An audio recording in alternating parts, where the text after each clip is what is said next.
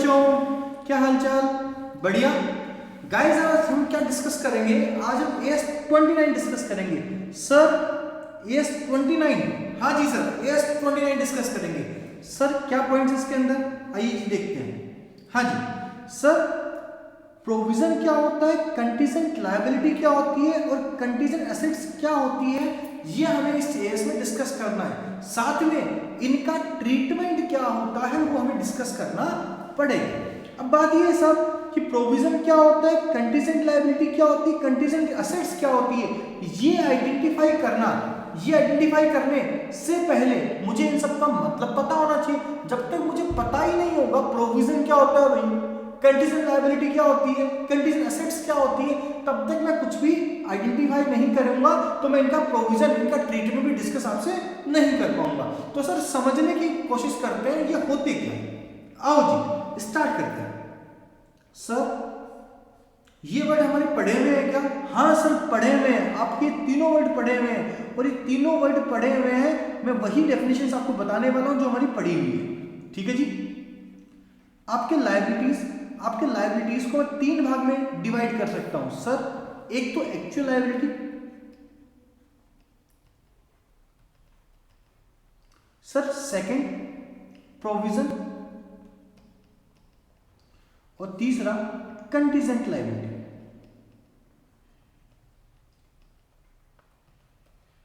Sir क्या होता है, कैसे आइडेंटिफाई करें कि ये एक्चुअल लायबिलिटी है ये कंटीजेंट लायबिलिटी है? तो सर सुनिए, सर पहली बात तो ये कि एक्चुअल लायबिलिटी का मतलब क्या होता है? ऐसी लायबिलिटी जो मेरे को पे करनी पड़ेगी, ऐसी लायबिलिटी जो मेरे को पे करनी पड़ेगी और कितनी करनी पड़ेगी वो भी मुझे पता है, उसे हम क्या बोलते हैं सर? एक्चुअल लायबिलिटी बोलते हैं। सर समझाओ थोड़ा सा, जरा समझो। मैं बोलूं कि मुझे आपको कितना देना है? 20,000 देना है। पहली बात देना है, हाँ सर देना है। कितना देना है ये भी पता है। कब देना है भाई? 1 महीने बाद देना है। मतलब सब चीजें क्लियर है, उसे हम क्या बोलते हैं? एक्चुअल लायबिलिटी बोल सकते हैं। तो बोल सकता हूं ये क्यों कब आती है, ये क्यों कैसे क्रिएट होती है? बोल सकता हूं create due to past performance. Create due to past performance मतलब पास्ट में ऐसा कुछ हुआ हो जिसकी वजह से ये लायबिलिटी क्रिएट हुई है। ठीक है, create due to past performance but still not settle.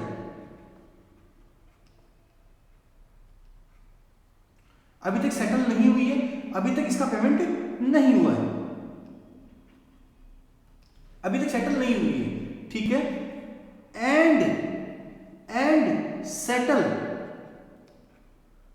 Settle by outflow of economic resources,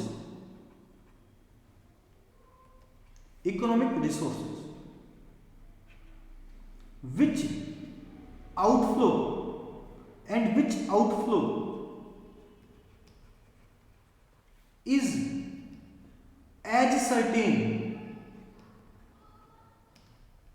at the time of preparation of balance sheet. लो सर एक्चुअल लायबिलिटी का मतलब ऐसी लायबिलिटी जो पास्ट में कुछ हुआ उसकी वजह से क्रिएट हुई, पास्ट में कुछ हुआ उसकी वजह से क्रिएट हुई, लेकिन इतना बोलना सफिशिएंट नहीं है। बट स्टिल नॉट सेटल, अभी तक सेटल नहीं हुई। कब सेटल होगी? जब आप पेमेंट करोगे, जब आपकी जेब से कुछ जाएगा। सर सुनना, मैंने अभी तक पेमेंट नहीं किया और मैंने कितना पेमेंट नहीं किया मुझे पता है sir.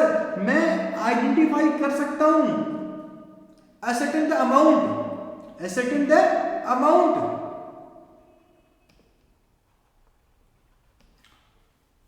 Eight time of preparation of balance sheet. Sir मुझे पता है कि मुझे कितना पेमेंट करना है, भाई किसको पेमेंट करना है, कब करना है, कितना करना है, ये सब चीजें आइडेंटिफाई कर सकूं, तभी वो क्या होगा, मेरा एक्चुअल लायबिलिटी होगी। और इसको कहां दिखाएंगे सर? हमारी बैलेंस शीट में दिखाएंगे। ये आपकी एक्चुअल लायबिलिटी होती है। सर अब प्रोविजन क्या होता है वो भी बता दो जरा। तो सर प्रोविजन का सुनना, देखो create due to past event. Sir समझ में आया? ड्यू टू पास्ट इवेंट है, या पास्ट परफॉर्मेंस बोल दो, एक ही बात है। ड्यू टू पास्ट परफॉर्मेंस, अच्छी बात है। एंड या फिर बोलूं and settle by outflow of resources. Sir ये तो सेम आ गया कि create due to past performance and settle by outflow of resources, but आराम से, but outflow of resources is not asserted, but again but sir, सुनना मैंने क्या बोला सर, मुझे पता है पास्ट में कुछ ऐसा हुआ कि मुझे पेमेंट करना पड़ेगा या नुकसान होगा, कुछ भी होगा, अच्छी बात है सर, और उसमें मेरी जेब से पैसा भी जाएगा, बट कितना जाएगा ये नहीं पता, कितना जाएगा ये नहीं पता। तो सर अब कितना जाएगा ये नहीं पता, तो क्या करें सर, लगभग लिखो, मैं बोल सकता हूं, but estimation of outflow is possible. समझने की कोशिश करना, आपके पास आउटफ्लो कितना जाएगा वो तो नहीं पता, लेकिन कितना एस्टिमेशन है, कितना एक्चुअल में जा सकता है उसका एक आइडिया लगा सकते हो। तो हम क्या क्रिएट करेंगे सर, लायबिलिटी क्रिएट करेंगे। क्या क्रिएट करेंगे सर, लायबिलिटी क्रिएट करेंगे। तो सर मतलब एक्चुअल लायबिलिटी और प्रोविजन में आइडेंटिटी डिफरेंस क्या हुआ, एक्चुअल लायबिलिटी और प्रोविजन में डिफरेंस हुआ खाली इस चीज का, किसका, एस्टिमेशन का। एस्टिमेशन नहीं लगा सकते। सर कोई प्यारा सा एग्जांपल बताओ, बच्चा लोग, मैंने क्या किया इस बार, मेरे क्या मोबाइल की कंपनी है, तो मैंने क्या मोबाइल सेल किया, मैंने कौन सा सेल किया साहब, सैमसंग मोबाइल सेल किया। अब सैमसंग मोबाइल सेल करता हूं तो उस वक्त मैं एक बात बोलता हूं मेरे कस्टमर्स को, सर क्या बोलते हो, मैं बोलता हूं कि साहब अगर आपका फोन खराब होता है तो 1 साल के अंदर मैं इसको चेंज कर दूंगा या सही कर दूंगा, व्हाटएवर। तो अब किसका फोन खराब होगा, अभी मैंने 5 लाख सेल फोन बेचे, क्या 5 लाख में से 5 लाख खराब हो जाएंगे, ऑब्वियसली। किसके खराब होंगे, जयपुर वालों के, मुंबई वालों के, ऑब्वियस नोट। अरे तो खराब किसके होंगे, नहीं पता ना सर, हाँ होंगे, किसके होंगे मुझे नहीं पता। लगभग 5 लाख फोन में से मेरे 2000 फोन खराब आ जाएंगे। अब वो लगभग में 2000 भी हो सकते हैं, 1500 भी हो सकते हैं, 2500 भी हो सकते हैं। इसके लिए हम एस्टिमेशन लगा लेते हैं और उसके हिसाब से इसको बुक्स में दिखाते हैं, इसका क्या बनाते हैं, प्रोविजन बनाते हैं।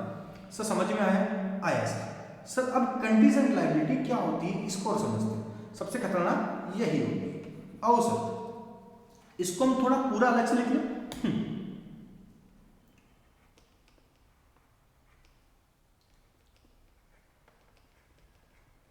हाँ जी सर, इनमें से दोनों में से कोई भी कंडीशन सेटिस्फाई हो जाए तो कंटीजेंट लायबिलिटी कहलाएगी। क्या बोल सकता हूं, create due to past event, event बोल दो परफॉर्मेंस बोल दो, एक ही बात है, अच्छी बात है। And settle by outflow of resources, ये भी अच्छी बात है सर, रिसोर्सेज ये भी अच्छी बात है, ठीक है।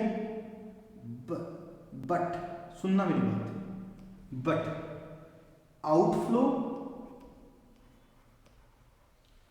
Is not ascertain. सर ये तो सेम हो गया। And estimation is also not possible. हे भगवान, न तो मेरे पास आउटफ्लो है कितना जाएगा और नहीं मैं लगा सकता हूं लगभग कितना जाएगा। तो सर इस केस में क्या दिखाएंगे, सर कंटीजेंट लायबिलिटी दिखाएंगे। क्या दिखाएंगे सर, कंटीजेंट लायबिलिटी दिखाएंगे।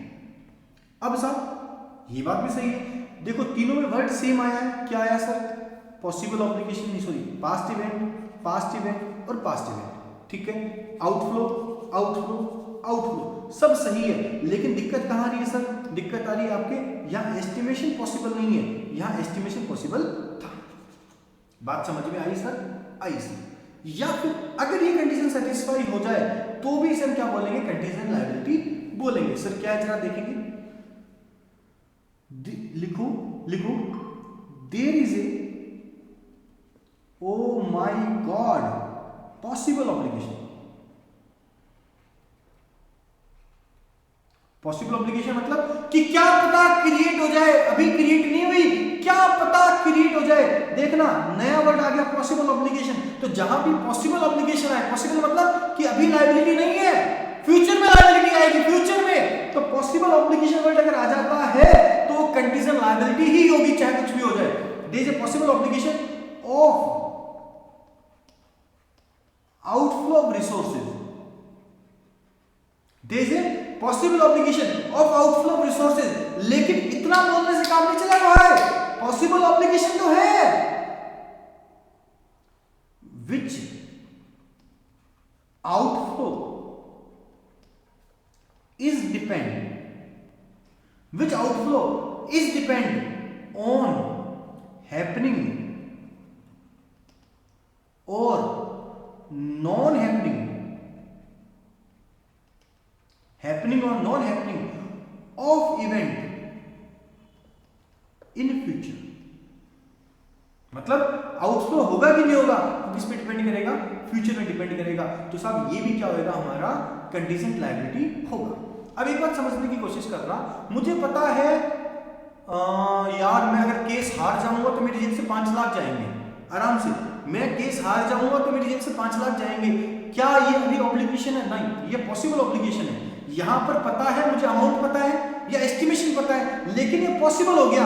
जहां पर अभी लायबिलिटी नहीं है, फ्यूचर में लायबिलिटी आएगी, फ्यूचर में, अरे फ्यूचर में लायबिलिटी आएगी, तो उसके लिए हम क्या लिखेंगे?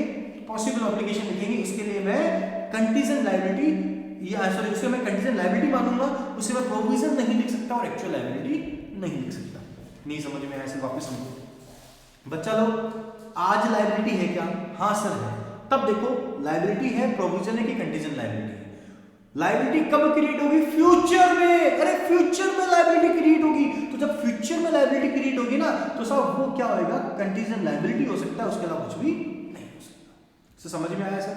जरा इसका एग्जांपल कर ले, इसकी थ्योरी पढ़ लेना थोड़ी सी, फिर इसके एग्जांपल्स भी करेंगे। आओ जी, पहला वर्ड सर, कंटीजेंट लायबिलिटी क्या होती है?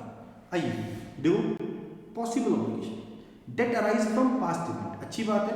द एग्जिस्टेंस ऑफ विच, आराम से देखना, the existence of which will be confirm only on by the occurrence, happening और नॉन हैपनिंग ऑफ वन और more uncertain future event, not controlled by the enterprise. अब देखो, जब मैं पॉसिबल ऑब्लिगेशन की बात कर रहा हूं ना, तो पॉसिबल ऑब्लिगेशन की बात करते वक्त मैं कहीं भी ये बात नहीं कर रहा कि पेमेंट जाएगा, पता है या नहीं पता। दूसरा है present obligation, that arise from past obligation, ठीक है, that arise from past event. आओ जी देखो सर क्या लिखा हुआ है,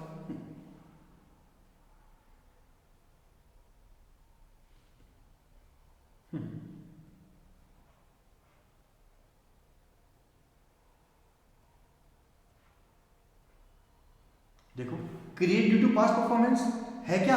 इसको मैं थोड़ा सही कर दूं, पॉसिबल ऑब्लिगेशन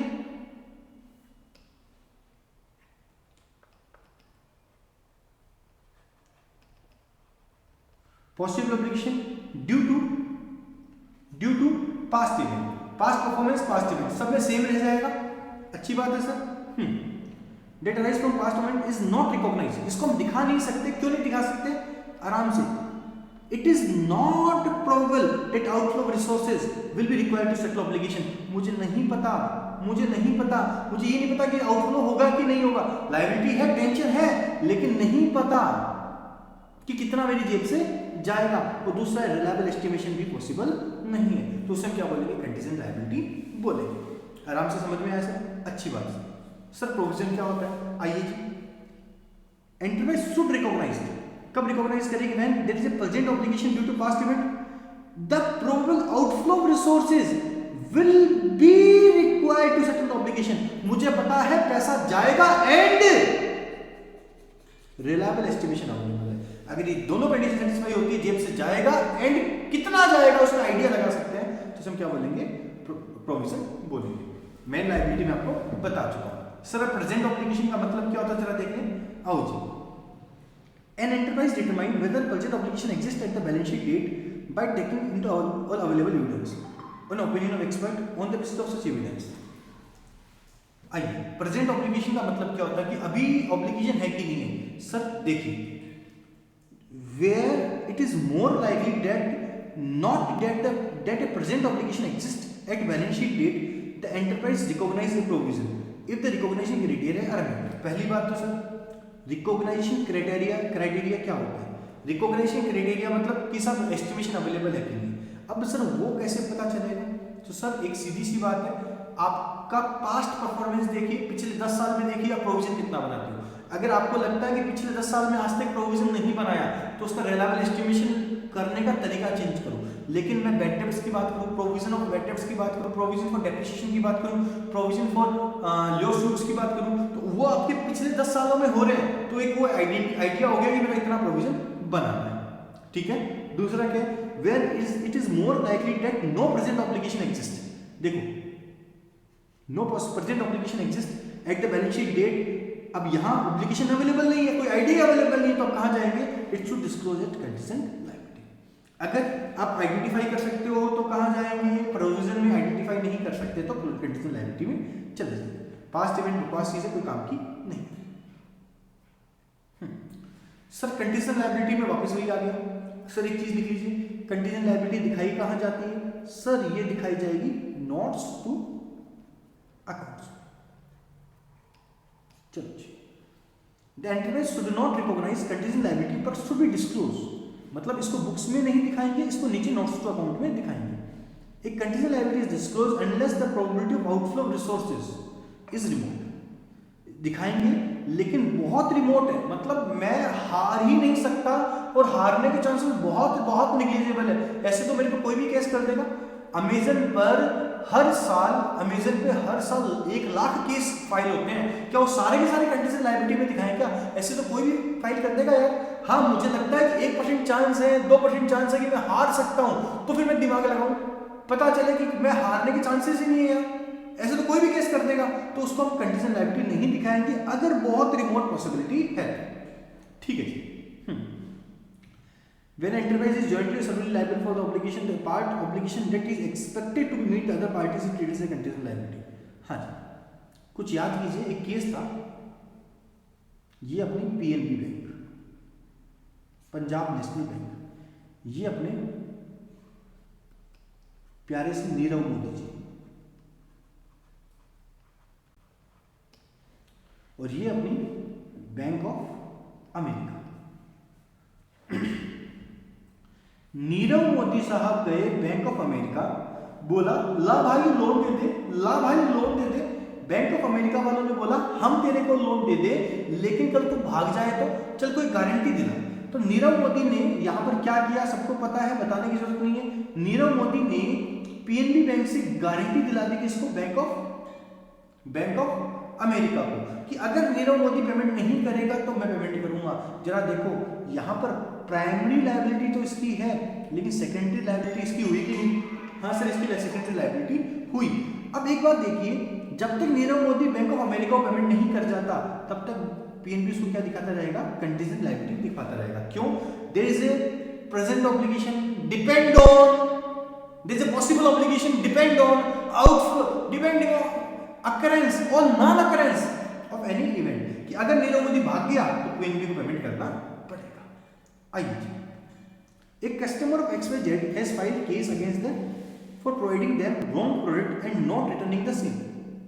एक कस्टमर है XYZ का, उसने केस फाइल किया, क्या किया? Against them for providing them wrong product and not returning the same, हाँ हाँ ठीक, मैं 5 मिनट करता हूँ। चलो, क्या बोला है? Not returning the same. XYZ has taken legal advice that their lawyer who believe it is not probable yet the resources may be required to settle the same। Since it is not meeting all the criteria of provision it will be treated as a contingent liability. Sir क्यों? क्योंकि sir आपको पता ही नहीं, estimation ही नहीं लगा सकते और outflow भी पॉसिबल नहीं, तो यहाँ पर इसका कंटीजेंट लायबिलिटी बना देंगे। एक बहुत ही प्यारा डायग्राम दे रखे हैं, आइए देखते हैं, समझते हैं इसको। प्रेजेंट ऑब्लिगेशन है, आराम से प्रेजेंट ऑब्लिगेशन है, प्रेजेंट ऑब्लिगेशन है, ठीक है, तो प्रोविजन भी हो सकता है, कंटीजेंट लायबिलिटी भी हो सकता है। Present obligation of result of obligating event, yes. Probable outflow, yes. Reliable estimation, yes. Provide मतलब क्या बन जाएगा सर? प्रोविजन। प्रेजेंट ऑब्लिगेशन नहीं है, पॉसिबल ऑब्लिगेशन है। पॉसिबल ऑब्लिगेशन में देखो क्या देखेंगे, अगर पॉसिबल ऑब्लिगेशन में क्या है, पॉसिबल ऑब्लिगेशन है, हाँ है, तो उस केस में क्या दिखा देंगे? कंटीजेंट लायबिलिटी दिखा देंगे। लेकिन पॉसिबल ऑब्लिगेशन रिमोट है, मतलब बहुत ही कम चांसेस हैं, तो उसे हम क्या दिखा देंगे? कुछ भी नहीं करेंगे। अब एक बात देखना, प्रेजेंट ऑब्लिगेशन में कुछ ना कुछ तो होगा, प्रोविजन या कंटीजेंट लायबिलिटी, लेकिन पॉसिबल ऑब्लिगेशन में कंटीजेंट लायबिलिटी भी हो सकता है और कुछ भी नहीं हो सकता, जब उसके चांसेस बहुत कम होते हैं। चलो नेक्स्ट है कंटीजेंट एसेट्स, इसको हम डिस्कस नहीं करेंगे, इसका सीधा सा है, ये बुक्स ऑफ अकाउंट्स में कहीं नहीं आता, ये बुक्स ऑफ अकाउंट्स में कहीं नहीं आता। तो सर इसका होता क्या है, ये सर कहाँ दिखता है सर? जो अपनी अथॉरिटी होती है, जैसे बोल सकते हैं BOD report, board of director की रिपोर्ट में इसको शो करते हैं, इसका कुछ भी नहीं करते। आइए सर, ये एक टेबल दे रखी है, प्लीज पढ़ लेना इस टेबल को। बाकी सब बकवास है, हमें इतना दिमाग नहीं लगाना है इनके अंदर। लो जी सर, इतना कर लेना, more than sufficient. Sir question number 2 discuss करेंगे, आइए जी। क्या लिख रखा है? Edox Limited is in the process of finalizing the accounts for the year ended 31st March 2022 या 12 whatever. The company seek your advice on the following. The company's Celtex assessment for assessment year 11-12 has been completed on 14 Feb 2014 with a demand of 2.76 crore. Sir क्या बोल रखा है? उन्होंने बोला कि साहब आपने सेल्टेक्स के अंदर घपला किया था, कौन से साल में? 11-12 में, तो आप पे लायबिलिटी कितनी क्रिएट होगी? 2.76 करोड़। अब एक्चुअल में क्या होता है कि अगर मेरे पे कोई भी डिमांड ही निकालनी चाहती है, डिमांड का मतलब मेरे से पैसे मांगे जाते हैं एक्स्ट्रा, तो उस केस में क्या तो मैं जमा करा दूं। एक दूसरा ऑप्शन होता है कि मैं उसके अगेंस्ट में हाई कोर्ट में केस फाइल कर दूं। अब क्या हुआ? Company paid the entire due amount the protest with the. अच्छा एक बात है, जब भी आपको हाई कोर्ट में जाना पड़ता है या हाई अथॉरिटी को आप अपील करते हो, तो एक चीज होती है, आपने जो भी टैक्स सेल्टेक्स डिपार्टमेंट ने निकाला है वो आपको जमा कराना पड़ता है, ऐसा नियम होता है। सर क्या नियम होता है? अगर कोई भी पैसा सेल्टेक्स डिपार्टमेंट वालों ने निकाला है, आपसे मांगा है, जैसे 2.76 करोड़ मांगा है, तो पहले आपको वो जमा करवाना पड़ेगा और उसके बाद में आप क्या करोगे? आगे हाई कोर्ट में केस फाइल करोगे, ठीक है? तो आपने पूरी अमाउंट जमा करवा दी। The company file the appeal. अब कंपनी ने फाइल अपील करी before the appeal authority when the grounds of appeal cover tax on addition made in the assessment year for 2.10 crore. Oh my God, आप पे कितने की लायबिलिटी क्रिएट करी? Demand 2.76 crore की, but आपने का केस कितने का किया? 2.10 का, मतलब 0.66 करोड़ का आपने कुछ नहीं किया। इसका मतलब 0.66 करोड़ को इन्होंने क्या मान लिया सर? लायबिलिटी मान लिया कि हमें ये पे करनी है या हमने पे कर दी, तो 0.66 को तो क्या माना जाएगा? लायबिलिटी। हाँ, इसका क्या आएगा सर? आराम से, क्या यहां पर रिलायबल एस्टिमेशन लगा सकते हो? नहीं लग सकता सर। क्यों नहीं लगा सकता? क्योंकि क्या तो पूरा लगेगा या कम लगेगा, एस्टिमेशन नहीं लग सकता, तो सर यहाँ प्रोविजन तो नहीं बन सकता, लायबिलिटी होगी नहीं, तो यहाँ क्या बन जाएगा सर? कंटीजेंट लायबिलिटी हो जाएगी। आइए, since company not appealing against the 0.66 crore, the same should be provided for its accounts for the year ended 31st March 2014। The amount paid under protest can be keeped under loan advance. इसको loan advance में दिखा देंगे और बाकी को क्या दिखा देंगे? कंटीजेंट लायबिलिटी ग्रुप में डिस्क्लोज कर देंगे। अगला क्वेश्चन क्या है sir? Company is entered in the wages agreement in May 2012, whereas the labor union has accepted a revision on wages from June 11. Oh my God! मई 2012 में डिस्कस हुआ कि आपका कुछ भी सैलरी वगैरह वेजेस इंक्रीज कर दिया जाएगा 2011 से। Wow, the arrangement the agreement provided that the hike till May 2012 will not be paid to the employ. लेकिन जो भी हाइक हुआ, जो भी इंक्रीज हुआ, वो अभी पे नहीं किया जाएगा। It will be settle at the time of retirement. The company agree to deposit arrear in government bond. एक बात समझिए, कंपनी की समझदारी देखो। कंपनी के 500 एम्प्लॉइज हैं, एक बंदे का 10,000 इन्होंने पैसा रिवाइज किया। अब कंपनी को कितना पेमेंट करना है? 5,00,000। ठीक है भाई, अच्छी बात है, एक जीरो और लगा देते हैं। कितना पेमेंट करना है? 50 लाख पेमेंट करना है। अब एक क्वेश्चन सुनिए, 50 लाख पेमेंट करना है। अब 50 लाख पेमेंट करना है, वो तो समझ में आया, लेकिन कंपनी अभी पे ही नहीं कर रही। वो क्या बोल रही है कि भाई जो मेरे पास रिटायरमेंट के वक्त रहेगा, जो बंदा मेरे पास रिटायरमेंट के वक्त रहेगा, मैं उसे ही पेमेंट करूंगा। इसका मतलब इसका पेमेंट अभी नहीं हो रहा है। कब हो रहा है? रिटायरमेंट के वक्त। अब एक बात सोचो, क्या 500 के 500 एम्प्लॉय रहेंगे क्या रिटायरमेंट के वक्त? नहीं रहेंगे। तो ये अब यहां पर प्रेजेंट ऑब्लिगेशन है, हाँ। फ्यूचर में पे करनी पड़ेगी, हाँ। आउटफ्लो रिसोर्सेज होगा, हाँ होगा। रिलायबल एस्टिमेशन अवेलेबल है, एग्जैक्ट अमाउंट अवेलेबल नहीं है। तो साहब इसको हमें क्या बनाना पड़ेगा? प्रोविजन बनाना पड़ेगा। सर बात समझ में आई? सर एकदम समझ में आई। आओ जी, अब चलते हैं थोड़ा सा आगे। एक क्वेश्चन है इलिस्ट्रेशन 1, ये तो प्रैक्टिकल क्वेश्चन है, कर लेना, इंपॉर्टेंट क्वेश्चन है। क्या है? At the end of the financial year 31 December 2011, company find that there is a 20 lawsuits outstanding which have not been settled till the date of approval। 20 case लो हैं जो अभी settle नहीं हुए। ठीक है। The possible outcome is estimated by the BOD. क्या है कि साहब 20 केस में से इसे possible estimation by the board, company के बोर्ड ने क्या बोला? भाई 100 केस तो हम जीत जाएंगे। वर्ड क्या देखो? Possible outcome, possible outcome, possible. तो साहब इसका तो कुछ भी हमें नहीं करना। बाकी 9 केसेस हैं, 10 केसेस हैं, उसमें जीतने के चांसेस 50% है, और इसमें जीतने के चांसेस हारने के 40 हैं, और इसमें कितना है? 10 है। अच्छी बात है। हाँ, अब देखो यहां पर इसका तो कुछ होगा नहीं, बचा इनका। क्या करेंगे देखेंगे। सर यहां एक तो ऑप्शन में बनता है प्रोविजन, एक बनता है कंटीजेंट लायबिलिटी। सर मुझे क्या लग रहा है, आराम से मुझे क्या लग रहा है कि साहब यहां पर प्रोविजन बनना चाहिए, क्योंकि परसेंटेज दे रखा है, मैं अमाउंट निकाल सकता हूं। लेकिन पहली बात पॉसिबल आउटफ्लो है, पता नहीं होगा कि नहीं होगा। दूसरी बात देखो नीचे इसने क्लियर बोल दिया हमें क्या निकालना है? कंटीजेंट लॉस निकालना है। सर इसने बोला है, हाँ अगर नहीं बोलता तो मैं दिमाग लगाता कि इसे प्रोविजन मानो कि कंटीजेंट लायबिलिटी मानो। ठीक है जी, चलो। अब सर कितना बनाना है पूछा गया, हर एक केस में कितना नुकसान होगा। तो सर यहाँ पर एक केस के अंदर बोल सकता हूँ 1,20,000 का भी नुकसान हो सकता है और 2 लाख का भी नुकसान हो सकता है। लेकिन 1,20,000 के नुकसान होने के चांसेस हैं 40% और इसके नुकसान होने के चांसेस कितने हैं? 10% है। तो सर यहाँ कितना आएगा जरा देखिए, 1,20,000 का 40% कितना होता है सर? जरा देखिए कितना होता है सर? 4,800। कितना होता है सर? 4,800 होता है। मैं कैलकुलेटर निकाल लेता हूँ, एक सेकेंड।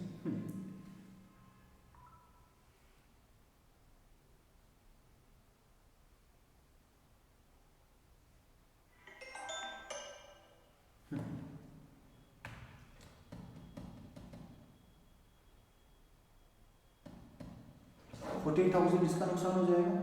ठीक है, और इसके होने के चांस कितने? 20,000 है। तो एक केस पर मुझे नुकसान कितना होगा? 68,000। ये तो वो है जो 10 केसेस हैं, और 5 केसेस के अंदर कहानी है 1,00,000 रुपए नुकसान होने के चांसेस है 30% एंड 2,10,000 और नुकसान होने के चांसेस है 20%। तो यहाँ कितना आ जाएगा सर? 30,000। और सर यहाँ कितना आ जाएगा? 42,000। लो सर, यहाँ नुकसान होने के चांसेस कितने हो गए? 72,000। पॉसिबल ऑब्लिगेशन है, इसके लिए कंटीजेंट लायबिलिटी माना है। अगर हम टोटल अमाउंट निकालें तो इसको मल्टीप्लाई बाय 10 कर देंगे और इसको मल्टीप्लाई बाय 5 कर देंगे। लो सर, ये काम करते हैं, आपका काम हो जाएगा। सर इतना ही है? हाँ जी इतना ही, आप इसको इजीली पढ़ सकते हैं। ठीक है जी, इसमें शायद एक क्वेश्चन और होना चाहिए AS 29 का, देख लेते हैं कि नहीं है।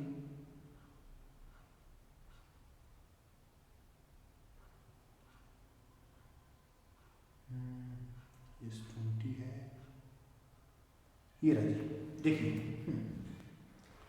चलो ये खुद करना ट्राई हो जाएगा आपसे, ठीक है जी। चलो फ्री करें, बाय बाय। इसको कर लेना भी, ये एग्जाम में आ सकता है। आरटीपी क्वेश्चन इसके पक्के करके जाना। इसका अगर क्वेश्चन आता है AS29 का तो 99% चांसेस है कि पिछले 2 साल के आरटीपी में से ही आएगा।